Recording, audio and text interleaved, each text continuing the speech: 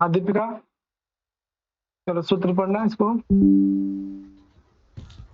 राधि राधिशयोर यस्य विप्रश्न। एक मिनट, एक मिनट। हाँ, तो देखो, अभी तक हम लोग ने अलग अलग धातुओं के संदर्भ में देखा था कि यदि ये धातु का प्रयोग होगा तो ये कर्म कारक हो जाएगा, या करण कारक हो जाएगा, या संप्रदान कारक हो जाएगा, है ना। जैसे हमने क्रोध, द्रोह, ईर्ष्या, असूया, इन धातुओं के योग में हमने देखा था कि जिसपे क्रोध, द्रोह इत्यादि किया जाए उसकी संप्रदान संज्ञा हो जाती है ना। उसी प्रकार से यहाँ पे भी ये है कि यदि आपको किसी के विषय में जानना है ना, या कोई कोई क्वेश्चंस करना है, कोई प्रश्न करना है, विशेष रूप से कोई प्रश्न करना चाहते हैं कि इसके जीवन में क्या होगा, है ना, इसके जीवन में, इनके जीवन में शुभ या अशुभ क्या लक्षण है ना। यानी इस अनेक प्रकार के प्रश्नों को जानने के लिए, यानी ये शुभ या अशुभ अर्थ क्या हमें प्राप्त होगा, तो ऐसे धातुओं के योग में जिनके विषय में अनेक प्रकार के क्वेश्चंस एराइज हो रहा है, उस पद विशेष की संप्रदान संज्ञा हो जाएगी, है ना। तो विशेष रूप से दो धातु, एक तो राध धातु, दूसरा इक्ष धातु। इन दोनों धातुओं का प्रयोग यदि आप शुभ या अशुभ अर्थ में, शुभाशुभ अर्थ में प्रयोग करते हैं, तब जिनके विषय में आप अनेक प्रकार के क्वेश्चंस एराइज करते, अनेक प्रकार के प्रश्न पूछते हैं कि हाँ, इस श्याम के जीवन में क्या होगा, है ना, शुभ फल की प्राप्ति कब होगी, अनेक प्रकार के जब प्रश्नों पर जब विचार किया जाता है, या फिर उस व्यक्ति विशेष से संबंधित जब प्रश्न पूछे जाते हैं शुभ और अशुभ के संदर्भ में, ध्यान रखिएगा, कंडीशन अप्लाई है शुभ या अशुभ, है ना। शुभ अशुभ से संबंधित प्रश्न जिनसे पूछा जाता है या जिनके संदर्भ में पूछा जाता है ना, तो उस पद की संप्रदान कारक होता है। जैसे यहाँ पे कृष्णाय राधयति, कोई कर्ता ले लीजिए इसमें, है ना, कि माता कृष्णाय राधयति, कि जो माता है वो पूछना चाहते हैं, सामने कोई ज्योतिषाचार्य हैं उनसे पूछना चाहते हैं कि भगवान कृष्ण के जीवन में, हाँ हाँ बच्चे बोलो। सर वो राध धातु का क्या मतलब है? राधयति मतलब शुभ अशुभ प्रश्न पूछना, है ना, पूछना, विचार करना, ये सब इसी के अर्थ में राधयति, है ना। लो एक मिनट, दिख रहा है ना आप लोग को, राधयति मतलब विचार करना, है ना, इक्षते मतलब इच्छा करना। इनका प्रयोग किस अर्थ में लेना चाहिए? शुभ और अशुभ अर्थ में, इनको जानने के लिए, है ना। तो यदि किसी के प्रश्न, किसी व्यक्ति विशेष या किसी वस्तु विशेष के शुभ या अशुभ बातों पर जब विचार किया जाए या इच्छा किया जाए कि मेरी इच्छा है इनके विषय में जानने की, पूछने की, इनके जीवन में शुभ फल क्या है, अशुभ फल क्या है, इस अर्थ में यदि राध या इक्ष धातु का प्रयोग होता है, तो जिनके विषय में प्रश्न किया जाता है या पूछा जा रहा है या इच्छा हो रही है इनके विषय में जानने की, है ना, तो उस पद विशेष की क्या हो जाती है? संप्रदान कारक हो जाती है। जैसे मान लीजिए आप चाहते हैं कि मेरे जीवन में या फिर आप अपने जीवन में क्या शुभ फल होगा या जारिफ कब होगा, है ना। तो यहाँ पे क्या इच्छा उत्पन्न हो रही है, विचार उत्पन्न हो रहे हैं, शुभ अशुभ अर्थ में प्रयोग, शुभ अशुभ अर्थ में जानने के लिए। तो जिसके बारे में जानने के लिए आपके मन में ये जो विचार उत्पन्न हो रहा है, तो उस व्यक्ति विशेष की क्या हो जाती है? संप्रदान कारक हो जाती है। जैसे यहाँ पे माता जो है कृष्ण भगवान के जीवन से संबंधित शुभ अशुभ विचारों को जानना चाहती है ना, पूछना चाहती हैं किसी ज्योतिषाचार्य से, है ना। तो जिनके जीवन से संबंधित प्रश्न किया जा रहा है, उस पद की क्या हो जाती है? संप्रदान संज्ञा हो जाती है। ये कब होगा? ये सिर्फ और सिर्फ दो धातुओं के संदर्भ में ही होगा, राध या इक्ष। राध मतलब विचार करना, शुभ विचार करना, अशुभ विचार करना। इक्ष का मतलब इच्छा करना, शुभ फल की संदर्भ में प्रश्न पूछने की इच्छा करना, अशुभ फल के संदर्भ में जो है पूछने की इच्छा उत्पन्न करना, है ना। तो ये दो धातुओं के संदर्भ में ही ये सूत्र कार्य करेगा। ओके बच्चा, जैसे यहाँ पे माता कृष्णाय या पिता कृष्णाय इक्षते, जो पिता है वो कृष्ण के जीवन से संबंधित प्रश्नों के शुभ अशुभ फल के संदर्भ में पूछना चाहते हैं, जानना चाहते हैं, है ना। तो इसी प्रकार से पिता पुत्राय राधयति, है ना। इसके बाद जो है मित्र श्यामः मित्राय इक्षते। हाँ बच्चा, हाँ इक्षते। तो बच्चा इसमें बताओ कि पुत्राय में या मित्राय में कौन सा सूत्र कार्य किया है और क्यों किया है, बताइए। हाँ बच्चा, सर ये वाला सूत्र राधे विक्षेश हाँ विप्रश्न, हाँ क्योंकि क्यों? यहाँ पे क्योंकि यहाँ पे वो रायतते है ना, इसीलिए हाँ क्यों? इसमें ना क्योंकि राध और इस जो राध और इस जो है उन धातुओं में शुभ और अशुभ फल की प्राप्ति हो रही है, और जो शुभ और अशुभ फल है जिसके विषय में बात हो रही है उसमें संप्रदान कारक लगेगा हमारा। हाँ ठीक है, तो ध्यान रखना कि ये जो सूत्र है राधिक्षयोर यस्य विप्रसन्नः, यस्य विप्रसन्नः, है ना, जिसके विषय में प्रश्न किया जा रहा है, पूछा जा रहा है या विचार किया जा रहा है ना, किस संदर्भ में, शुभ और अशुभ, है ना। ध्यान रखना शुभ या अशुभ, इस अर्थ में जब जानने की इच्छा या विचार उत्पन्न हो रहा है, तो जिस व्यक्ति विशेष के संदर्भ में ये प्रश्न किया जा रहा है ना, तो उसमें क्या हो जाती है, संप्रदान संज्ञा हो जाती है, अर्थात चतुर्थी व्यक्ति लगती है। हाँ ये सूत्र याद हो गया बच्चा, ध्यान से देखो, ये सूत्र याद हुआ? किसको किसको याद हो गया? हाँ बच्चा याद हो गया? हो गया सर जी हाँ चलो, इला वो सूत्र क्या था? विषयो यस्य प्रश्नः विप्रश्नः, है ना। निहारिका सूत्र क्या है?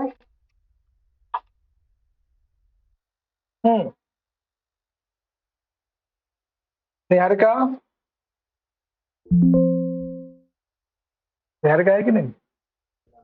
हाँ निहारिका सूत्र क्या है बताओ? राधा, राधा तो नहीं है, राघव, राघव भी नहीं है।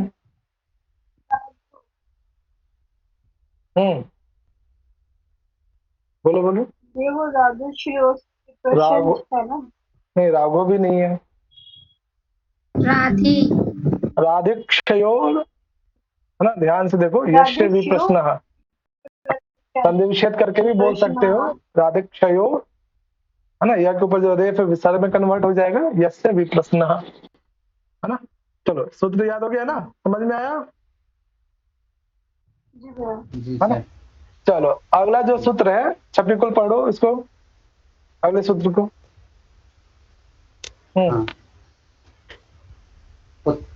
उत्तभ्यं ध्रुवः पूर्वस्सः कर्ता। कर्ता, ठीक है बच्चा, इसमें कर्ता पद जानते ही हैं आप, कर्ता का अर्थ क्या होता है बच्चा? करने वाला, है ना। ध्रुवः सुनने मात्र से, है ना, ध्रुव धातु। इस पद का कोई संधि विच्छेद करेंगे बच्चा? प्रत्यांग भ्याम, हाँ कोई संधि विच्छेद, कोई आइडिया? कौन कौन से?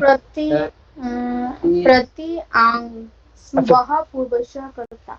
हाँ इसमें क्या है, दो उपसर्ग है, एक तो प्रति, संधि विच्छेद करेंगे, कौन सा संधि कार्य कर रहा है बच्चा यहाँ पे, किसी को आइडिया है? कौन सा?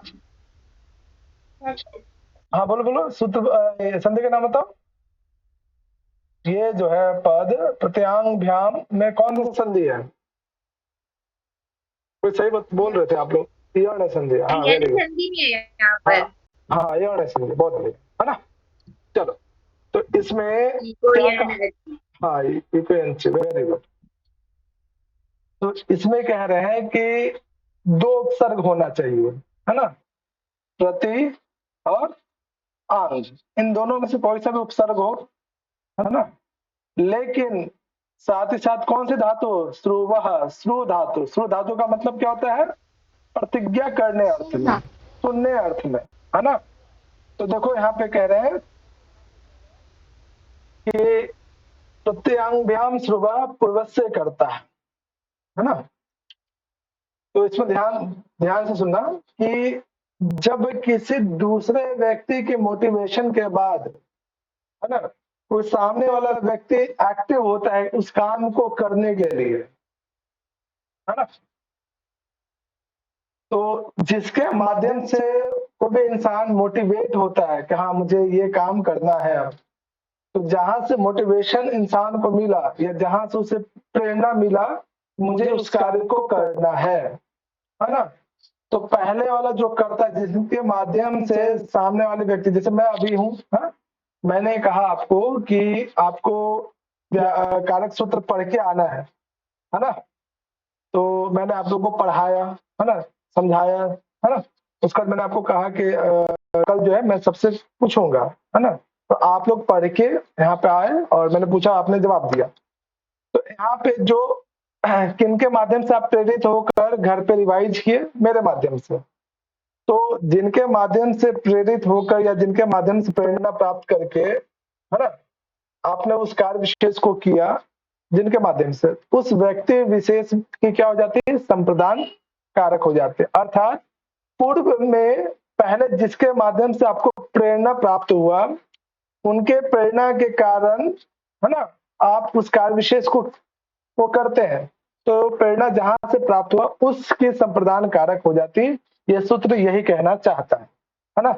लेकिन ये कंडीशन क्या अप्लाई करते हैं कि ये तभी सूत्र कार्य करेगा जब आप प्रति या आंग उपसर्ग का प्रयोग करते हैं और साथ ही साथ श्रु धातु का। किस धातु का बच्चा? श्रु धातु। श्रु धातु का प्रयोग करते हैं और प्रयोग होने पे पूर्वस्य कर्ता, सबसे पहले, यानी पूर्व का जो कर्ता होगा, यानी जो जिसके कहने पर आप किसी कार्य विशेष को करते हैं, है ना, तो उस कर्ता की क्या हो जाती है? उस कारक की संप्रदान संज्ञा हो जाती है। जैसे, है ना, राजा जो है ब्राह्मण को गाय देने की प्रतिज्ञा करता है ना। ये बताओ कि यहाँ पे ये जो सामने जो राजा है या कोई व्यक्ति है मान लीजिए, है ना, ब्राह्मण को जो है, पुरोहित को जो है कहता है कि मैं आपको गाय दूंगा, ऐसी प्रतिज्ञा करता है वो, है ना। तो ये गाय क्यों दे रहा है ये राजा या कोई व्यक्ति विशेष ब्राह्मण को या पुरोहित को या ऋत्विज को गोदान क्यों कर पा रहा है? बताओ, इसके पीछे की प्रेरणा क्या है? ताकि उसे अच्छे फल मिले, ऐसा कुछ। और क्योंकि चलो ये अच्छा फल मिले। हाँ बोलो। ऐसा हो सकता है कि उसने पहले कहीं ऐसा बड़े विद्वानों से सुना हो या ऐसा कहीं देखा हो कि गाय दान करने से अच्छे फलों की प्राप्ति होती है। हाँ, वेरी गुड, है ना, कि जब ऐसा उसने सुना भी होगा, है ना, अपने परंपरा के माध्यम से, है ना। और दूसरा, दक्षिणा, किसी भी यज्ञ में दक्षिणा जब तक नहीं देते हैं तब तक वो यज्ञ संपूर्ण नहीं होता है ना। दूसरा ये भी ध्यान रखना है कि श्रु धातु का अर्थ किस किस अर्थ में करना है? प्रतिज्ञा करने अर्थ में या वचन देने अर्थ में, इन दोनों अर्थों में यहाँ पे श्रु धातु का अर्थ ग्रहण किया गया है ना।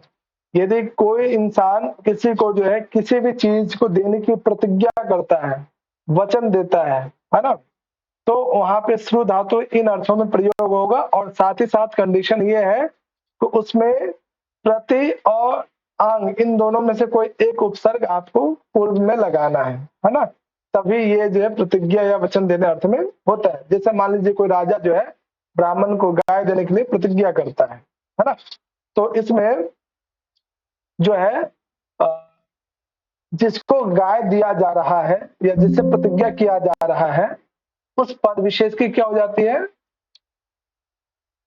संप्रदान प्रदान संज्ञा हो जाती है चतुर्थी। हाँ, एक मिनट, जिसको वाक्य अलग अलग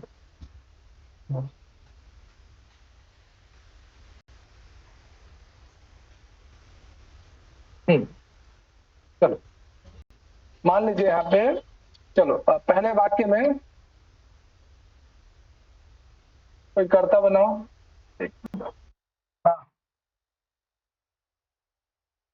पहले वाक्य का कोई कर्ता बनाओ।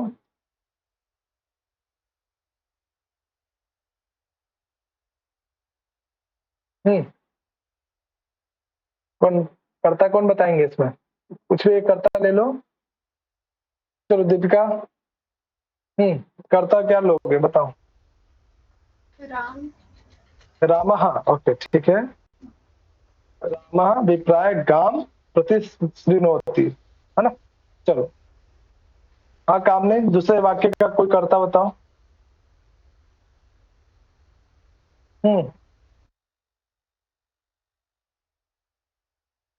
श्याम। अच्छा, राम श्याम। अच्छा, चलो काम नहीं, ये बताओ कि यहाँ पे श्यामा क्यों हुआ? क्यों हुआ श्यामा? बहुवचन में श्यामा क्यों नहीं हुआ? ये बहुवचन क्यों नहीं हुआ? यही क्यों हुआ बताओ?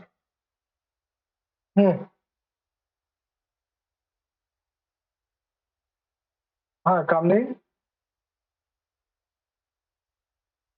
हाँ नीतू, श्यामा क्यों नहीं हुआ? श्यामा क्यों हुआ? आकरांत बहुवचन क्यों नहीं हुआ?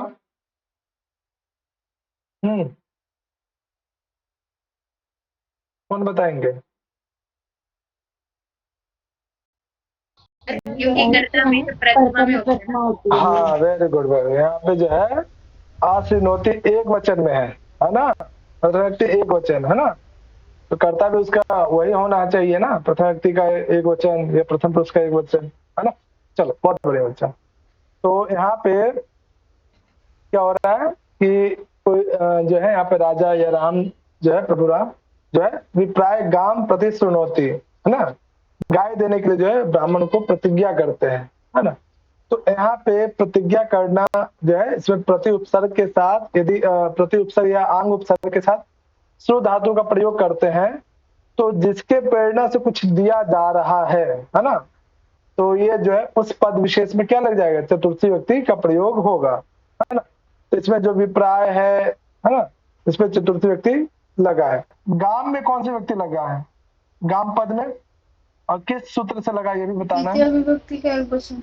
द्वितीय व्यक्ति का एक वचन। अच्छा, द्वितीय व्यक्ति का एक वचन। तो सूत्र कौन सा काम कर रहे हैं यहाँ पे? गाम में कर्मणि द्वितीय से, कर्मणि द्वितीय से द्वितीय व्यक्ति लगे, लेकिन कर्म संज्ञा किससे हुआ है? गाम में कर्म संज्ञा किस सूत्र से हुआ है? बताओ। कर्तुरिच्युतमं कलिस। कर्तुरिच्युतमं कर्म। हाँ बस ठीक है, चलो बहुत बढ़िया। तो बच्चा ये ध्यान रखना है कि इसमें जो स्त्री श्रु धातु का प्रयोग प्रति या आंग उपसर्ग के साथ यदि करते हैं, किस अर्थ में? प्रतिज्ञा करने अर्थ में, वचन देने अर्थ में, है ना। तो ये जो है क्रिया पूर्व में जिसके प्रेरणा मात्र से वो आप किस उस कार्य विशेष को कर पा रहे हैं, उस व्यक्ति विशेष में क्या लग जाएगा? चतुर्थी या संप्रदान कार्य लगेगा, है ना। बस ध्यान रखना है कि श्रु धातु का प्रयोग होना चाहिए और प्रति या आंग उपसर्ग में से किसी एक उपसर्ग का प्रयोग उस धातु में होगा, तभी जाके आप उसकी जो है संप्रदान संज्ञा बना सकते हैं, है ना बच्चा। तो ध्यान रखना। क्लियर है बच्चा? जी सर। चलो अब जी।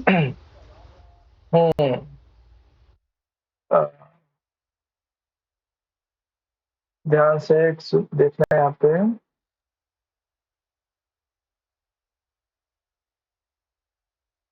माता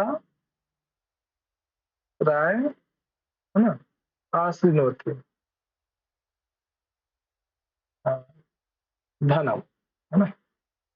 चलो बच्चा, इसमें कौन सा सूत्र लगा है? माता पुत्राय धनम आश्रिनोति। हाँ बच्चा बोलो, इसमें कौन सा सूत्र लगा है? सर वो ऊपर का प्रत्यंग भाव शुभः पूर्वस्य करता हूँ। अच्छा, और धनम में कौन सा विभक्ति लगा है? दानम में द्वितीय विभक्ति द्वितीय व्यक्ति है ना, एक वचन नपुंसक लिंग में है भैया ना। हाँ बोलो लेकिन बच्चा। इसमें प्रति कहाँ पे है, मेरे को ये नहीं समझ आ रहा। क्या बच्चा? बोलो बोलो। जो भैया भी आपने बताया था कि प्रति धातु लगेगा उससे पूर्व, तो इसमें देखो, प्रति कहाँ पे है?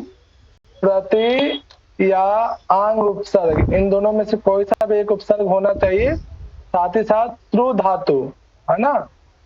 तो कोई सा भी जी उपसर्ग ले सकते हैं, प्रति श्रृणोति बना सकते हैं या आंग श्रृणोति बना सकते हैं, है ना। तो इसमें से जो है कोई सा भी एक उपसर्ग शामिल होना चाहिए।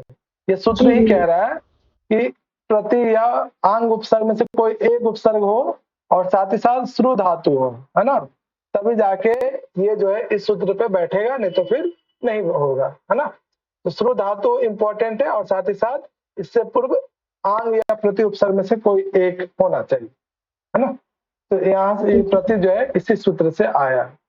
सूत्र में कह रहा है ना, प्रत्यांग व्याम श्रुवा पूर्व से करता है ना।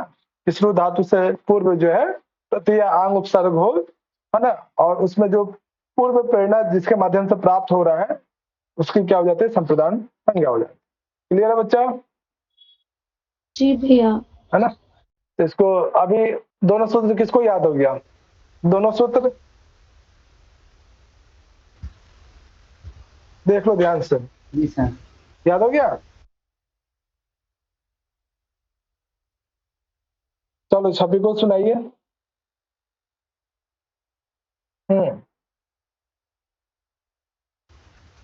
जी सर। हम्म राधि इक्षु दशो विप्रश्नः। हम्म यहाँ पे सर थोड़ा बोलना है क्या यहाँ पे? नहीं नहीं, राध और हाँ। इक्षा। अगला दूसरा सूत्र। हाँ, और पुत्तभ्यां शुभो पुत्तभं शुभो पूर्वश कर्ता। हाँ, प्रत्यांग भ्याम श्रुवा पूर्व से करता है ना। हाँ हाँ। हाँ, इला सुनाओ अगला सूत्र। राधिक्षयो यस्य विप्रश्नः प्रत्यांगाभ्यां श्रुवः पूर्वस्य कर्ता। Very good. हाँ, कामनी याद है?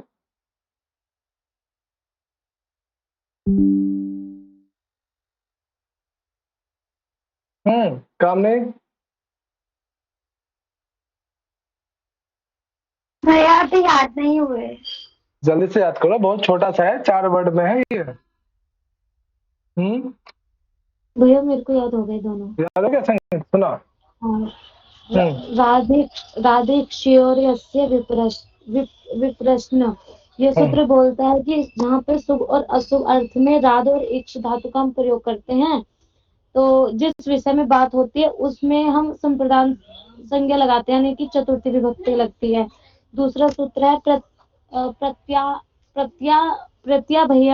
प्रत्यांग भया शुभ पूर्वस्य कर्ता सूत्र। तो ये सूत्र कहता है कि प्रति या आंग ये हो, मतलब प्रति या आंग उपसर्ग हो और इसके बाद जो श्रु धातु हो ये होना ही चाहिए। और प्रतिज्ञा श्रु जो धातु है उसका प्रयोग सुनने अर्थ में या प्रतिज्ञा अर्थ में यहाँ पे होना चाहिए, तब इसमें चतुर्थी विभक्ति का प्रयोग हम करते हैं। Very good, very good. ठीक है बच्चा। तो यहाँ पे भी हमने देखा कि किसी के प्रेरणा के माध्यम से जब कोई कार्य होता है ना, तो प्रेरणा का जो मूलक होगा, जिसके माध्यम से प्रेरणा प्राप्त करके किसी को जो आप दान देते हो या दान देने की प्रतिज्ञा करते हो या वचन देते हो, है ना, तो जिसे प्रतिज्ञा वचन दिया जाए उस पद की संप्रदान संज्ञा हो जाती है। उसी प्रकार से, है ना, उसी प्रकार से अगला जो सूत्र है वैसा ही है कुछ कि जब किसी को आप प्रोत्साहित करते हैं, है ना, शाबाशी देते हैं, है ना, तो ऐसे कंडीशन में कौन सी संज्ञा होगी, है ना।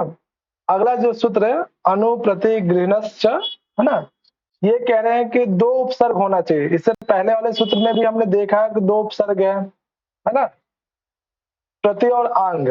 यहाँ पे ये कह रहे हैं कि अनु और प्रति उपसर्ग हो, अनु या प्रति में से कोई सा भी उपसर्ग हो और उसके साथ गृह धातु कहते हैं प्रोत्साहित होने अर्थ में।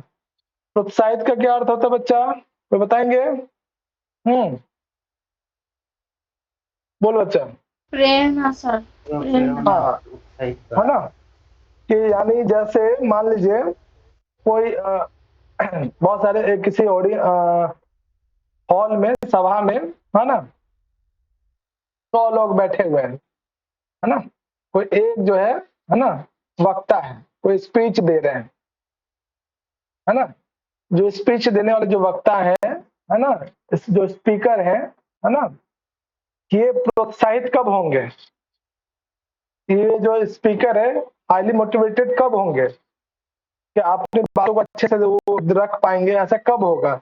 जब सभा में बैठे सभी लोग, है ना, इनकी बातों को सुनने के बाद प्रोत्साहित महसूस करेंगे, है ना।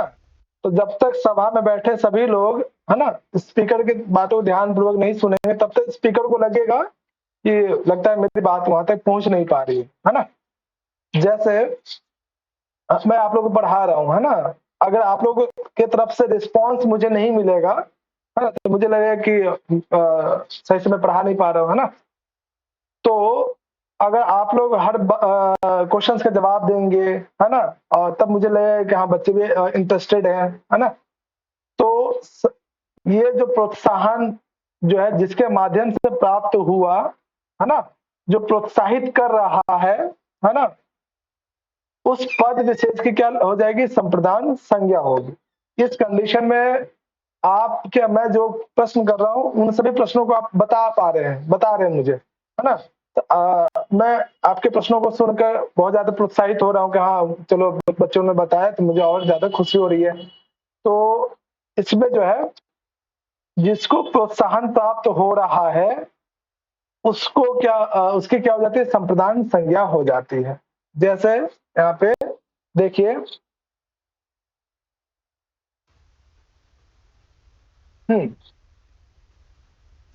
मतलब बोलो। सर मतलब जो वक्ता है, जो प्रोत्साहित हो रहा है, उसका संप्रदान संज्ञा हो जाएगा। हाँ, जो स्पीकर है ना, जो आप हम लोगों स्पीकर, आप हम लोगों को मोटिवेट कर रहा है, आपका संप्रदान संज्ञा हो जाएगा। हम हाँ बिल्कुल, आप लोगों लोग का के, रिस्पॉन्स है आपका। हाँ बिल्कुल, है ना। टीचर और स्टूडेंट में, है ना, आप लोग के रिस्पॉन्स के कारण, है ना, आप लोग के रिस्पॉन्स के कारण मैं क्या हो रहा हूँ? मोटिवेट हो रहा हूँ, प्रोत्साहित हो रहा हूँ। तो मेरे में क्या लग जाएगा? इसमें संप्रदान कारक लग जाएगा। ये कब लगेगा? जब अनु या प्रति उपसर्ग का प्रयोग करते हैं और उसमें गृह धातु का ध्यान रखिएगा, है ना। प्रोत्साहित अर्थ में यदि अनु या प्रति में से किसी एक उपसर्ग के साथ गृह धातु का प्रयोग करते हैं प्रोत्साहित होने में, तो जो प्रोत्साहित हो रहा है, जैसे इस समय मैं प्रोत्साहित हो रहा हूं, मैं मोटिवेट हो रहा हूँ आप लोग के रिस्पॉन्स से, आप लोगों के सही जवाब देने से, तो मुझ में क्या लग जाएगा? चतुर्थी व्यक्ति अर्थात संप्रदान कारक हो जाएगा। ठीक है, ये कब लगेगा? जब अनु या प्रति इन दोनों में से कोई एक उपसर्ग और धातु कौन सी? गृह धातु, है ना। गृह धातु लगा लोगे तो वो क्या हो जाएगा? और किस अर्थ में? प्रोत्साहित अर्थ में। तो जो होता है ना,